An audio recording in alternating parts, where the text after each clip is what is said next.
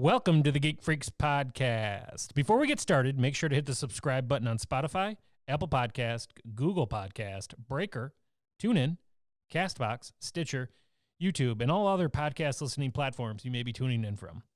On today's episode of the Insurance Hot Seat, we have CEO of Introspect Data, Patrick McClory, and he will be talking to us about the security in the cloud and how to get to the cloud in a secured fashion. The Insurance Hot Seat.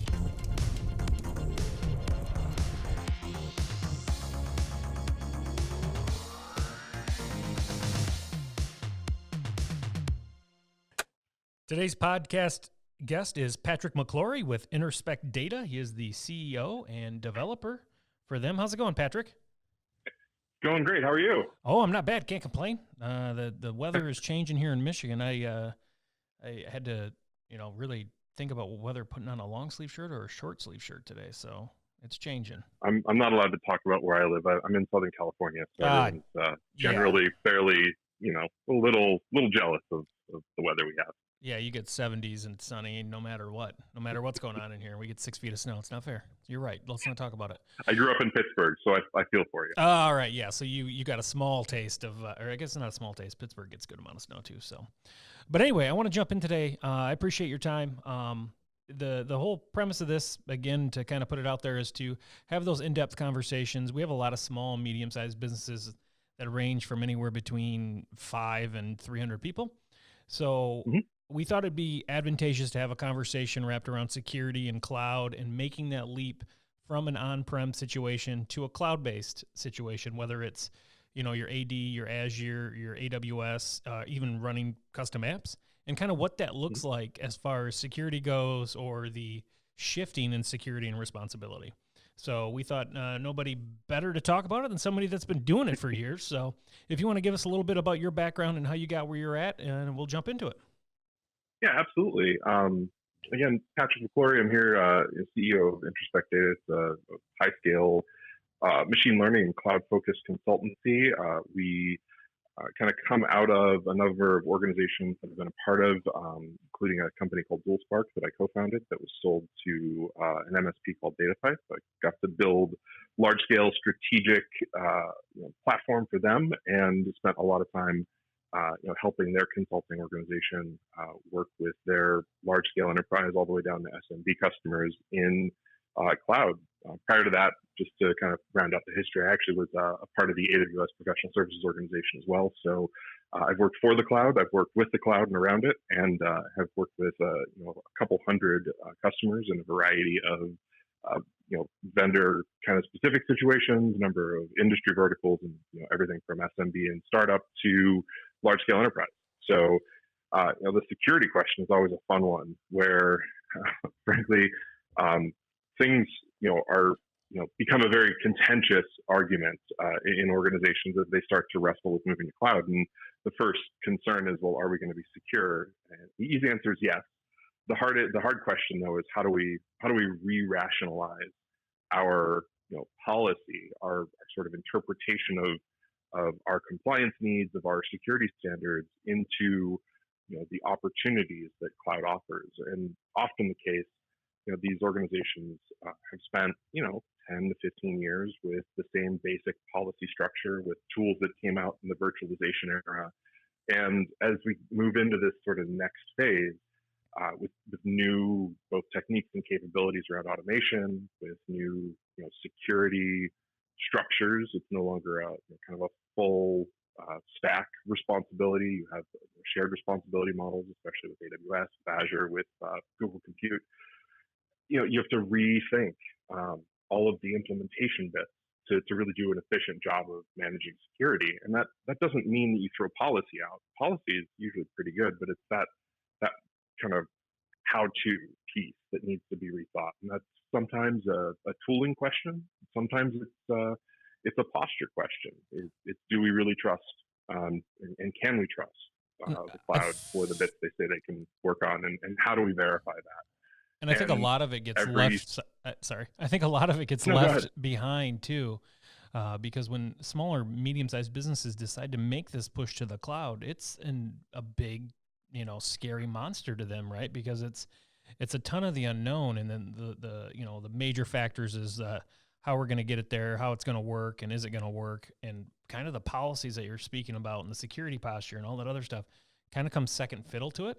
And I think that is also bad for our industry and what we do, and it's bad for businesses, but I understand how people, we have a couple web apps that we have, and security was the last thing we thought about. And we were already down the rabbit's hole with getting stuff done. And then it's like, okay, we need 2FA, we need separate databases, we need all this other fun stuff. So yeah, it's important, but I always feel like it's left behind in some form or fashion.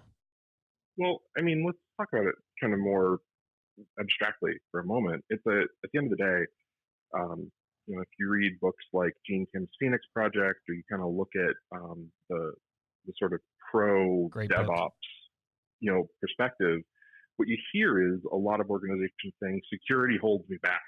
Security is the no group. They're the people who always say no, and they never, kind of move forward. And the problem is that cloud and, more specifically, the API-driven infrastructure movement, that ability to point, click, and get a server, put a credit card in, get assets and resources, made it so that, the time to live for anything, the time it takes to acquire resources goes from months and weeks in a traditional setup where there's time for security to sit and think, to minutes and seconds where there's no time to think.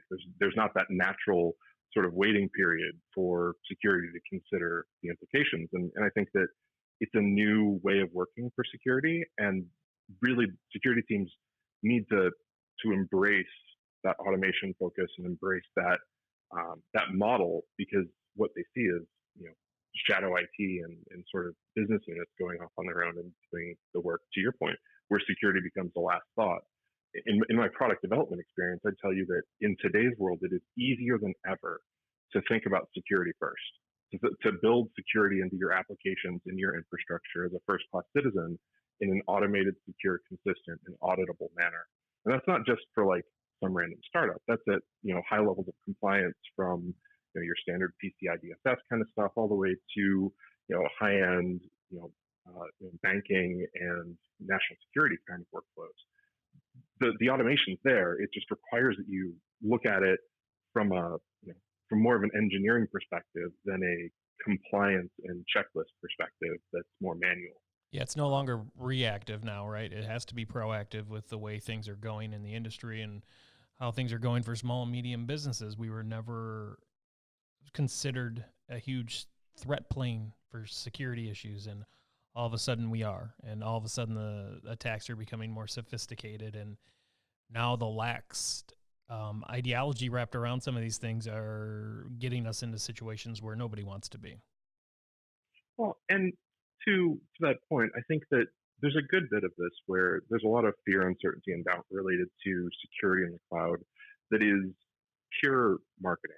I'm not saying that there isn't a concern or that there shouldn't be thought put into this, but there's a lot of hardware vendors out there who have spun a lot of anti-cloud rhetoric that frankly just isn't informed. So, part of this, I like to sort of section off and say, am I more secure or less secure in the cloud? I always say, well, it depends. How much effort do you want to put into it? And are you going to break from your current practices that you follow on-prem and kind of follow cloud better or best practices? If you do what you're doing in your data center in the cloud, certainly your security posture will not be as strong. Yeah. But if you make the move and you really rethink how you approach some of the, even just security basics, you'll likely be more secure in the cloud with less effort. And it may require some investment, some sort of time to get there.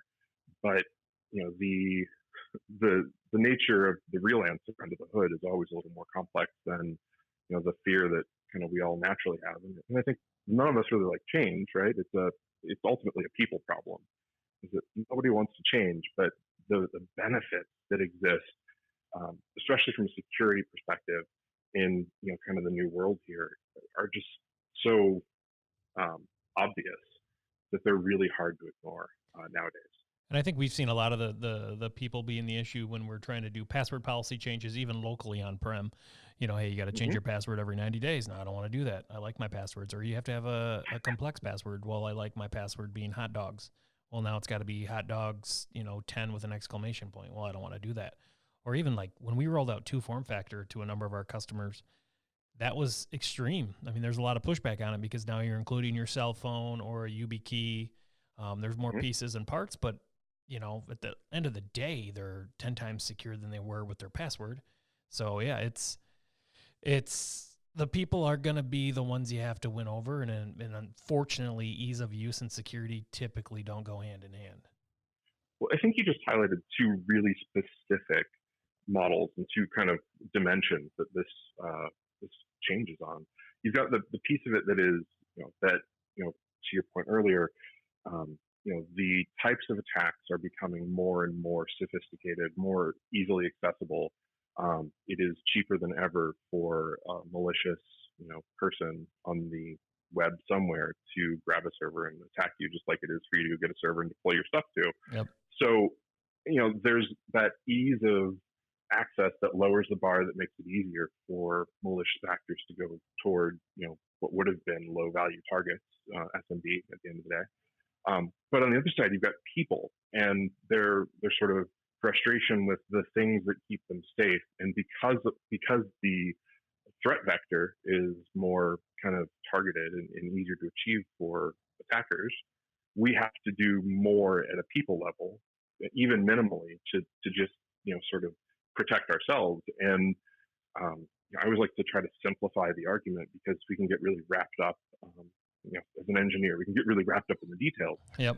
But ultimately, it's I've got 2 kids, and it's like telling my kids, hey, don't cross the street, put your helmet on, be safe.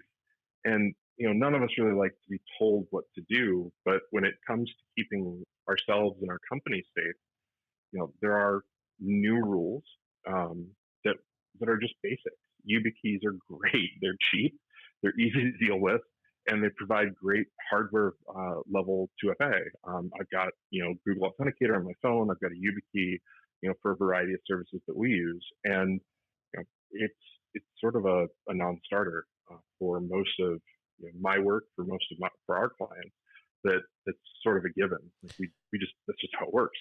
As we get more complicated, talking about security teams who really wrestle with cloud, it becomes a question of, well, what are we really trying to do, and how do we really keep an eye on that? How do we achieve the same level of compliance or level of safety and security? And that's a similar conversation. It's, well, threat vectors are more common these days, and people don't like change, but we need to do what we can to protect against those new vectors and that new threat, or the kind of more common threat that is coming through the front door, from whatever angle. Yeah, they're not knocking But anymore before they enter. They're just entering. I mean, everything's evolving, and as they evolve, we have to evolve to shift it. And as a service provider, I have to be able to provide those tools and those teaching points. And it's like you're saying, it's hard because nobody wants to sit down and have that conversation because nobody wants to be told that their passwords stink. and like the helmet for my kid argument, there are simple ways to prevent it, and sometimes you got to make a mistake and feel the pain to really understand that change is necessary. And I don't want to turn this into a masochistic or a sort of a negative argument, but at the end of the day, sometimes a little bit of pain, really helps highlight the urgency behind those needs. And data breaches at Capital One, kind of continued concerns with other financial organizations who are struggling with this. It's great to know that we're all in this together, and we're all sort of needing to make sense of this from one end of the industry to the other. But it's a lot easier to learn from their mistakes than it is to have to feel the pain yourself. And I think that on the one side, I'm an ardent advocate for better security from end to end. In fact, we do, our latest product that we're currently building, I was very, very adamant and very specific early on that we would have not just good security around holding our code, but that we would actually, include everything from, vulnerability detection and code security scans from day one in our build pipeline. It's not an add-on. It's not a second-class citizen. It is a critical part of our product development pipeline. And likewise, it's a lot easier to start with these tools than it is to add them in. But it is the nature of the new world that we have to be more vigilant at all levels. That's not a bad thing either. I think it's good for all of us. No, and I think everybody wins, right? I get it that it's, to go back to your point of marketing, that everybody's done a really good job of scaring the pants off of everybody else. And it's great for security providers, but it's also hard because they're now they're just getting pounded. Like the consumer's just getting pounded with fear, and everything's driven by fear. Well, they don't know what to do. And that's the hard thing is, when I put my consulting hat on, I'm generally, at a market level, I'm generally frustrated by the fear-based tactics that are used to sell security or to kind of counterpoint the security of other systems. Oracle World this last couple of days, a lot of things coming out of that are, fuzzy, and there's a lot of fear, uncertainty, and doubt being sowed by different vendors that are trying to attack the security kind of perspective of the competitors without really talking about product. And Amazon, Google, Microsoft, even Oracle, they all have a base level of security capabilities that are going to be going to be able to be sort of merged and molded into whatever security posture you really need. There are very few use cases that they really can't handle. National security being one of them. There are some ITAR and sort of military kind of components that are possible to achieve. AWS has deployed sort of standalone components for those. And those are big organizations. Most of the SMBs that we're talking about are likely really concerned about basic, sort of standard compliance frameworks from HIPAA to PCI. And I mean, every one of these providers gives you direct insight on how to achieve that. So really, it's a question of, do we want to think about it and kind of consider how we merge into this new world, or do we want to listen to the marketing and sort of let that take over? And it's a hard thing to push against because it is a loud voice in the market. And that's where you guys come in, correct? That's what you guys kind of do as far as consulting. I guess let's talk about that for a minute before we get you off the horn here, because that's a huge value to a small business or even a large and medium-sized business, to a company that cares about their data first before they care about the pretty things. Yeah, I mean, we do a lot of really deep, I want to call it strategic work, but a lot of what we do is very focused at two levels. It's helping organizations rationalize and make sense of everything from security posture and cloud, strategy to, at the bottom level, coaching them on how to actually go do it. I think it's easy to sit around and say, hey, you should do this. You should use Kubernetes. You should play around with Docker. You should architect your application into these three parts. That's easy. And frankly, it's something that Amazon will do in their organization. They have consultants who will come in and show you what a picture of your system could look like. But the hard part is actually partnering with the teams who are responsible for doing that work, and not just showing them the ropes, but showing them the new way of working, the new approach, how do you take advantage of these new services and capabilities, and how do you take a culture and a team who's been focused on sort of legacy delivery and help them become more opportunistic, become more focused on, what can the cloud do for me? How do I balance cloud capability versus, writing our own software versus open source? How do I bring this new world together and sort of paint a picture by numbers instead of having to be a Picasso every time we build something? So more of a cloud zen is what we're trying to achieve, is that perfect balance of security, doing it yourself, finding out what's fit. Because that's a scary thing for small businesses. I want to go to the cloud. I just don't know where to go. There's a lot of options. Yeah, and we find that customers will engage with us a couple different ways. We can just do some quick touch base and help kind of paint the picture and do some coaching and guiding, and that's a pretty low cost, relatively, high value experience. On the other hand, we can parachute a person or two into that organization and kind of build the strategy at an executive level, build the software next to your teams, and help restructure how you're approaching cloud hands-on, kind of show you the ropes directly. And it's a little bit more high touch, but our goal is never to sit in your office or come to you, even remotely, and be your go-to people forever. I really respect organizations who work in the managed services business. I've been in that world. I spent a lot of time helping DataPipe build their automation suite for that kind of world. And it's complicated. It's a business that I don't necessarily want to be in myself. I'm glad for organizations like yours that take that effort on.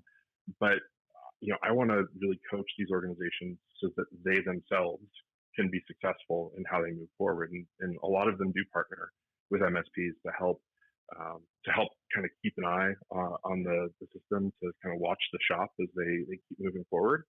But the goal for me is always to help the technical teams and at a business level, the CTO, the CEO, the CFO really attach strategic value to technology, and understand how they can leverage that for the growth of their business. Perfect. That's awesome. That really well said. I was going to try to sum it up, but you did it for me. No, Patrick, I appreciate your time today. Is there any way that anybody listening can get a hold of you? Is it via LinkedIn or Twitter or anything? Yeah, so introspectdata.com is the easy way. That's our website. It's in the process. We're looking at upgrading to a new platform fairly shortly, but it is out there. You can reach us at, just email me, patrick@introspectdata.com. And we're on LinkedIn, we're on Twitter, we're everywhere. But we'd love to connect with people, even if it's just to say hi and to talk shop. Otherwise, we, anything we can do to help, we're happy to chat. Well, I appreciate your time today, Patrick. It's a great conversation to have, because I know it's the big hairy elephant in the room that people are still kind of not having that conversation wrapped around, is going to the cloud and what it means to get there. So I appreciate your time today. And thanks for listening, everybody. We'll talk to you soon. Thanks, Patrick. Thanks, Patrick. See you, buddy. Bye-bye.